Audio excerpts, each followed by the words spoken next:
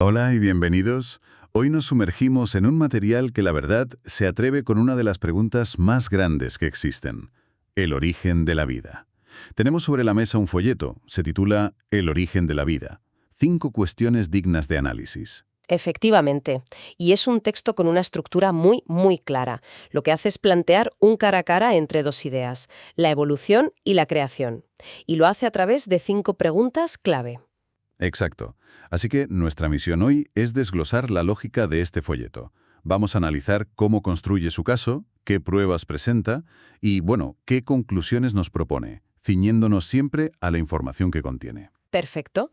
Y la primera pregunta que plantea es la más directa de todas. ¿Cómo empezó la vida? El folleto arranca con una comparación que me parece curiosa. Dice que es como cuando un niño pregunta de dónde vienen los bebés. A veces las respuestas son un poco cuentos de hadas. Y sugiere que con el origen de la vida pues pasa algo parecido. La línea de razonamiento es la siguiente. Presenta la idea científica, digamos, mayoritaria, de que la vida surgió por azar.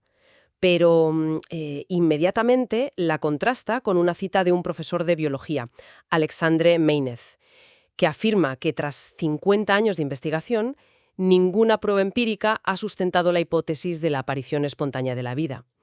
Con esto, ya desde el principio, establece una tensión entre la teoría y la prueba. Y aquí es donde introduce lo que llama una ley fundamental. La vida siempre procede de vida preexistente.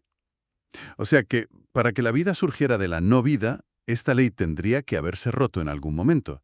Pero, un momento, yo recuerdo del colegio el famoso experimento de Miller, que creó aminoácidos en un laboratorio.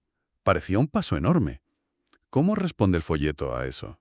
Pues lo aborda directamente. Reconoce el experimento, el de Stanley Miller de 1953, pero lo presenta como una pieza de un puzzle mucho más grande. Y para ello recurre a Robert Shapiro, un profesor de química. Shapiro señala que, aunque sí se formaron aminoácidos, los ladrillos de las proteínas, otros componentes vitales, como los nucleótidos del ARN, pues nunca han aparecido en esos experimentos.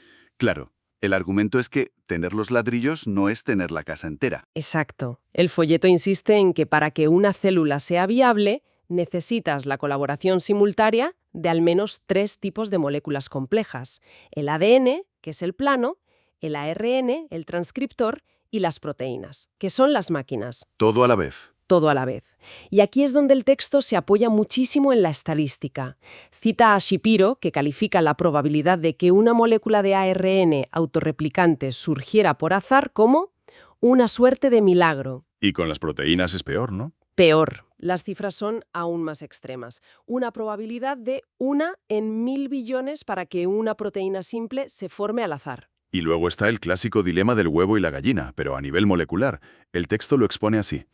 Las proteínas necesitan las instrucciones del ARN para fabricarse. Pero el ARN necesita las enzimas, que son proteínas, para poder producirse.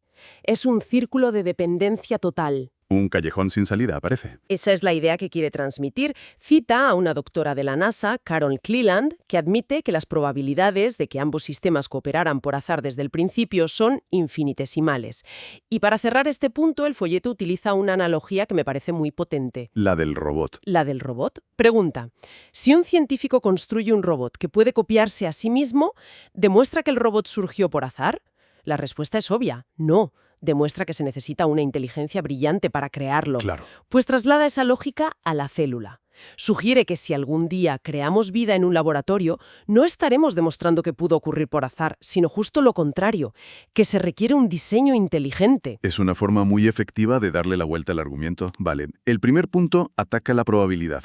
Y a continuación, el folleto hace zoom sobre esa supuesta primera célula y desafía la idea de que fuera simple. Sí, la segunda pregunta es, ¿existen realmente formas simples de vida? Y contrapone la idea de las células simples con una cita bíblica de Hebreos que dice que toda casa es construida por alguien, pero el que ha construido todas las cosas es Dios. Y a partir de ahí nos invita a un viaje al interior de una de esas células. Una célula procariota, ¿verdad? Correcto, como una bacteria. El folleto las describe no como simples bolsas de fluidos, sino como, como ciudades amuralladas microscópicas. Me fascina cómo usa esa metáfora de la fábrica. No se limita a decir que es compleja, sino que nos da roles. La membrana es una barrera, con guardianes, las proteínas, que controlan qué entra y qué sale. Es que convierte la biología en una historia de logística y seguridad de alta tecnología. Y una vez dentro, el citoplasma no es un caos, sino una factoría súper organizada. El folleto se centra en la producción de proteínas. Los ribosomas son como máquinas automáticas que leen las instrucciones del ADN y ensamblan las proteínas. Y el producto final, la proteína, se pliega en una forma 3D única y además lleva una etiqueta con su dirección de entrega. Miles por minuto y ninguna se pierde. Vamos, que la idea que transmite es que hasta la forma de vida más básica es de una complejidad abrumadora. Y vuelve al tema de la interdependencia, ¿no? Totalmente. Introduce el concepto del ATP. Para que nos entendamos, el ATP es la moneda energética de la célula. El folleto subraya que el sistema para fabricar esta moneda, las enzimas, ya necesita de la propia moneda para funcionar. Es el problema de arranque otra vez. Es un problema de arranque que el microbiólogo Radu Popa, a quien citan, califica de irresoluble por azar. La verdad es que al leer esta parte uno tiene que parar un segundo. Es vertiginosa la idea. Y concluye la sección con otra analogía. La del rascacielos. Sostiene que una teoría evolutiva que no puede explicar su propio fundamento, o sea, el origen de la vida, es como un rascacielos sin cimientos. No se puede sostener. Es un ataque directo a la base de la pirámide. De acuerdo. Ya hemos visto la maquinaria. Pero toda fábrica necesita un plano, un programa. Y ahí es donde nos lleva la tercera pregunta. Al ADN. ¿De dónde provinieron las instrucciones? Y de nuevo, plantea las dos opciones. O el código genético es fruto de millones de años de eventos fortuitos, o es el producto de una mente inteligente. Para explorarlo, ahora la metáfora es un museo imaginario, que es una réplica de una célula. Y el núcleo de la célula es una esfera de 20 pisos de altura. Dentro, los 46 cromosomas. El folleto te invita a tirar de uno y ver cómo se desenrolla el ADN, empaquetado de una forma que califica de portentosa proeza de la ingeniería. Es que el dato que da es increíble. El ADN de una sola célula, si se estirara, mediría casi 2 metros. Pero el punto central no es la longitud, sino la densidad de información, la capacidad de almacenamiento. El genoma humano contiene el equivalente a 856 enciclopedias. Y aquí viene una cifra que te deja pensando. Citan a un profesor que afirma que 1 gramo de ADN puede almacenar la información de 1 billón de discos compactos. 1 billón. 1 billón de CDs. Fíjate que la elección de la analogía no es casual. Conecta una idea biológica con la tecnología digital que para nosotros es sinónimo de código, de información programada. Precisamente. El texto lo llama un libro muy inteligente, porque en condiciones adecuadas puede fotocopiarse y leerse a sí mismo. Y ahí describe las máquinas moleculares que lo hacen posible.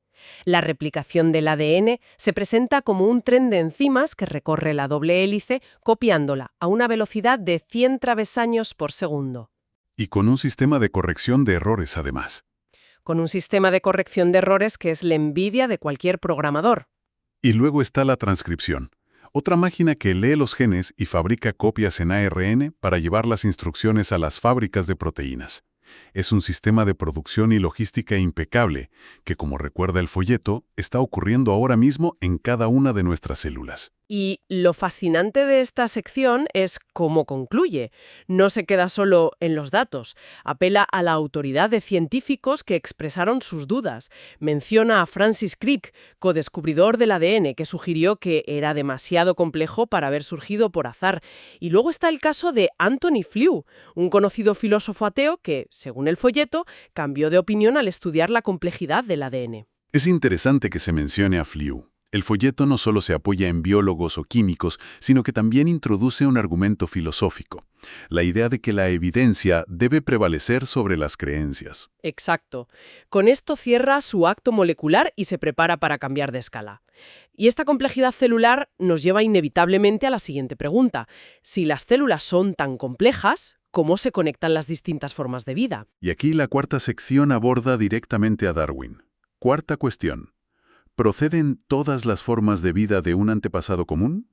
El texto pone sobre la mesa el árbol de la vida de Darwin frente al relato del Génesis, de que los seres vivos fueron creados según sus géneros. y argumenta que la investigación genética reciente contradice el modelo de un único árbol. Cita al biólogo Malcolm Gordon, que sugiere que la vida tuvo múltiples orígenes. Y un artículo de New Scientist que es aún más contundente.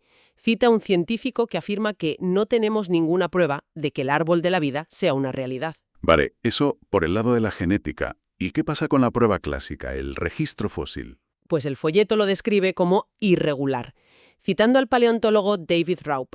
La imagen que pinta no es la de un cambio gradual, sino la de especies que aparecen muy abruptamente en el registro, cambian muy poco y luego desaparecen. Se centra mucho en la llamada explosión cámbrica, ¿verdad? Sí, es su principal ejemplo. Describe un periodo geológicamente corto en el que aparecieron de repente la mayoría de las principales divisiones de la vida animal, sin precursores claros. Cita al biólogo Stuart Newman, quien afirma que este fenómeno exige una nueva teoría evolutiva para explicarlo. La idea que transmite es que el registro fósil, en lugar de un árbol, muestra un césped, donde muchas plantas aparecen a la vez. El folleto también es muy crítico con las secuencias de fósiles que vemos en los libros, como la del reptil al mamífero. Correcto, señala dos problemas. Primero, que las ilustraciones a veces son engañosas, ajustando los tamaños. Y segundo, que entre un fósil y el siguiente pueden haber pasado millones de años. Claro, el folleto dice que el registro es irregular, pero ¿no es el contraargumento clásico que el registro fósil es simplemente incompleto por naturaleza? Lo aborda así, a través de una cita del zoólogo Henry Gee. Gee afirma que, por esos enormes intervalos de tiempo, no podemos decir nada definitivo sobre su posible conexión. Y para rematar, usa su última gran analogía, la de la película. La de los fotogramas. Eso es. Dice, imagina que el registro fósil es una película de 100.000 fotogramas, pero solo tenemos 100. Si de esos 100, 95 muestran que las especies no cambian, es lógico construir toda tu historia basándote solo en los otros 5. La analogía es persuasiva, sí. Se centra en la proporción de la evidencia. Totalmente. La conclusión que sugiere es que la interpretación se basó en una idea preconcebida. Después de construir su caso desde la biología y la paleontología, el folleto da un giro final y aborda la fuente de la alternativa que propone.